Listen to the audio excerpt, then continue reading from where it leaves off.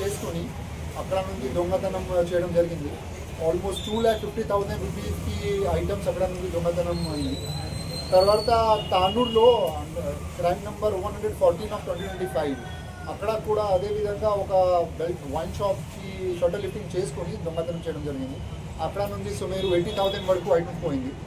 So total 3.5 lakhs దొంగతనం జరిగినప్పుడు CI Mudhol Mallesh plus SHO Mudhol and SHO Tanur ముగ్గురు ఒక టీం లాగా టెక్నికల్ ఎవిడెన్స్ ఫాలో చేసుకొని హ్యూమన్ ఇంటెలిజెన్స్ కలెక్ట్ చేసుకొని అది డిటెక్ట్ చేశారు.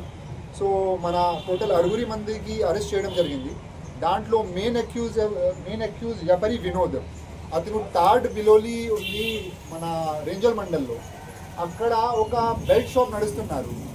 సో బెల్ట్ షాప్ కోసం ఇక్కడ భ్యాసాలో ముదోల్ తానూలో వచ్చి వైన్ షాప్ నుండి దొంగతనం చేసుకొని అదే బాటల్స్ సొంత బెల్ట్ షాప్ని అమ్మేశారు.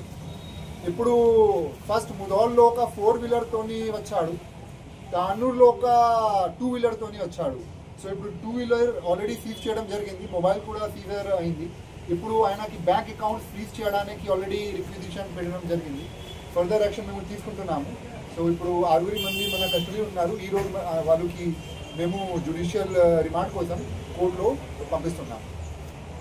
వినోద్, పట్ల నవీన్, టి దిలీప్, బాయిగిరి రోహిత్, నిరాడి శ్రవణ్ కుమార్, ఎంత డబ్బులు ఉన్నాయి మొత్తం మేము ఫ్రీజ్ చేస్తున్నాము.